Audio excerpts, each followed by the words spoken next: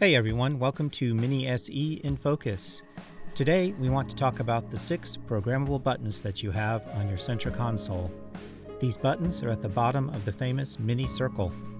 The plastic panel clicks when you press one of the buttons. It's actually the entire panel pressing inward, which is a little weird. Here's what it sounds like. I wish they were physical buttons instead.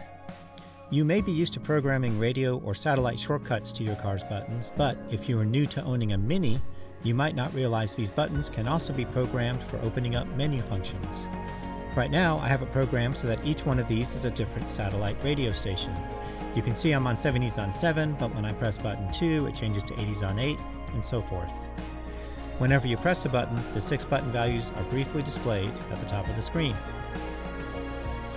Let's assume I want to reassign button number 1 to open up my Apple CarPlay.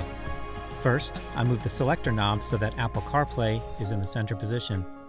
Then, I do a long press and hold of button number 1 until I get the confirmation sound. If it's successful, the newly assigned function displays at the top under button 1. So now, whatever function I have selected on the screen, when I press button 1, Apple CarPlay opens.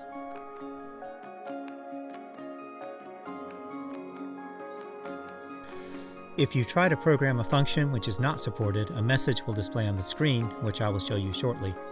For another example, assume I want to program the tire pressure monitor calibration screen to a button. I open up the My Mini menu, then go to Vehicle Status. A long press of button number 5 assigns this menu.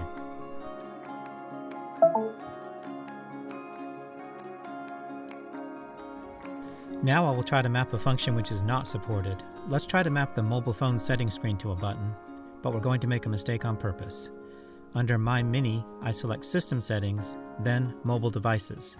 Inside that screen, I do a long press of button 6.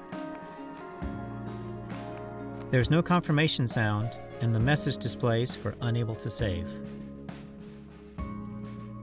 The actual mistake here is that we need to be one screen back, sitting on the mobile device's menu option. Then programming the button will be successful.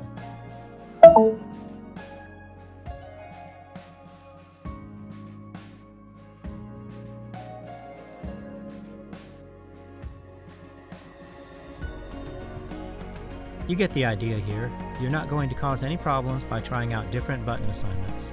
If you're like me, the main challenge might be simply remembering which function you've saved to which button.